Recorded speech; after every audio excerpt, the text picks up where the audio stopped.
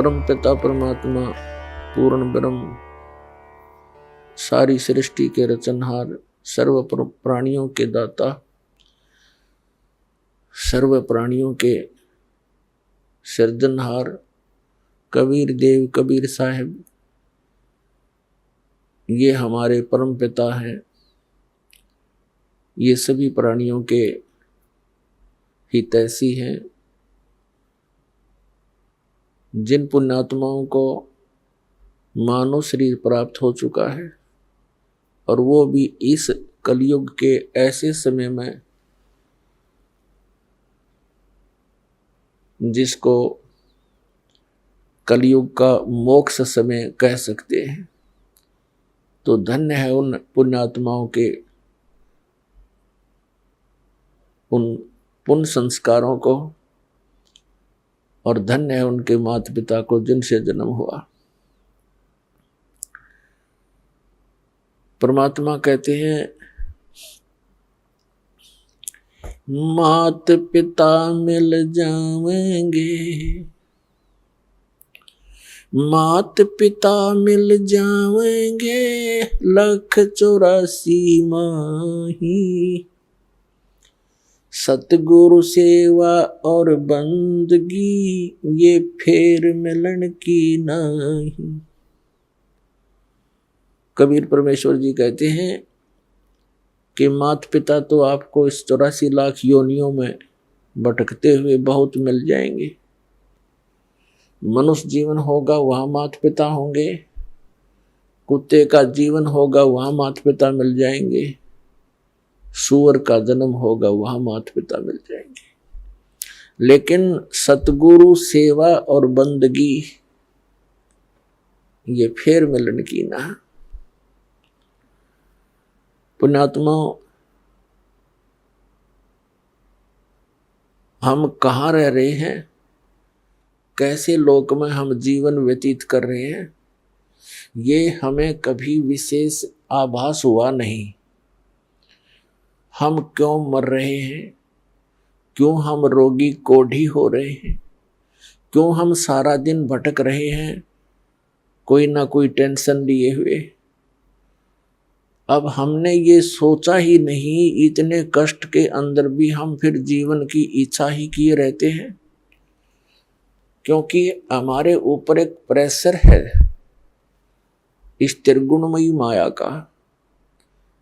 त्रिगुणमयी माया कौन सी है? रजगुण ब्रह्मा जी, सतगुण विष्णु जी, तमगुण शिव जी के अंदर से निकल रही वो गुप्त किरणें, वो तरंगे उनके गुणों की, वो हमें प्रभावित कर रही है। कैसे कर रही हैं? जैसे वो भगवान अपनी राजधानियों में, अपने लोकों में रहते हैं, उनसे निकल रही ये तरंगे हमें यहाँ प्रभावित कर रही है। जैसे एक रसोई के अंदर मिर्चों का छौंक लगता है, वह मूल वस्तु साकार रसोई के अंदर है, उससे निकल रही वो तरंगे दूसरे कक्षों में बैठे हुए व्यक्तियों को भी प्रभावित कर रही है। छींकें आ रही हैं, उन छींकों को रोकना उस व्यक्ति के वश की बात नहीं। और उन छींकों का कारण कौन है? वो साकार मिर्च जो रसोई के अंदर है। ठीक इसी प्रकार उन भगवानों से निकल रही ये तीनों गुणों की किरणें, रेज हम सभी को यहाँ प्रभावित किए हुए हैं, और जिस कारण से हम सोच ही नहीं पाते हैं। कोशिश करते हैं तो 2 सेकंड के बाद मन कहीं का कहीं पहुंच जाता है। कभी कभी होता था ऐसे कि ये क्या जीवन हुआ, सुबह उठो, खाना बनाने में लग जाओ, खाना खाओ, फिर कमाने के लिए जाओ, आते पढ़ के सो जाओ, उठकर फिर भागो, फिर शाम को पढ़ जाओ, फिर भागो, मर ही जाओ, यही काम पूरा ना होता। लेकिन कभी कभी आती थी ये बातें, फिर 2 सेकंड के बाद ही कोई और ही बात याद आ जाती थी, उसको भूल जाते थे। और यदि हमें ये आभास हो भी जाता थोड़ा बहुत, तो फिर करते क्या? हम घर छोड़ जाते थे, जंगल में चले जाते थे। जंगल में जैसे भगवान हमने बांध कर बैठा रखा, जाते मिल जाएगा, ऐसी हमारी गलत भावनाएं थी, हम अज्ञान के कारण इस काल के इस जाल को समझ नहीं सके। उसको समझाने के लिए स्वयं परमात्मा आए, वो हमारे पिता हैं, हमारे जनक हैं, क्योंकि अपने का दुख अपनों को ही होता है।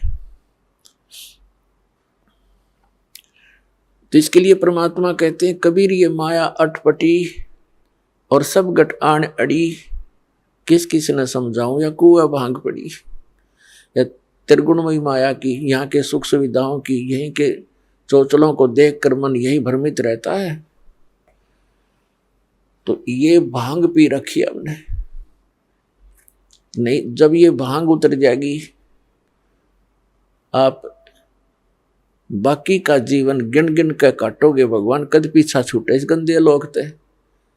अरिवज्ञानता के कारण हम यही सुविधाएं, यही जुटाने के लिए लगे रहते हैं, यही की सुख सुविधाएं प्राप्त करने के लिए हम संतों ऋषियों के पास मंदिरों मस्जिदों में जाते रहते हैं, और ये हमारे साथ ना चली और जीवन सारा इन्हीं की जोड़ जुगाड़ में व्यर्थ हो जाता है।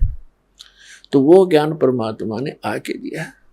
तो यहाँ बताया है कि माता पिता मिल जाएंगे 184 में, और सतगुरु सेवा और बंदगी भाई फेर मिलन की ना। अपन आत्मा सतगुरु शब्द एक बहुत महत्वपूर्ण है।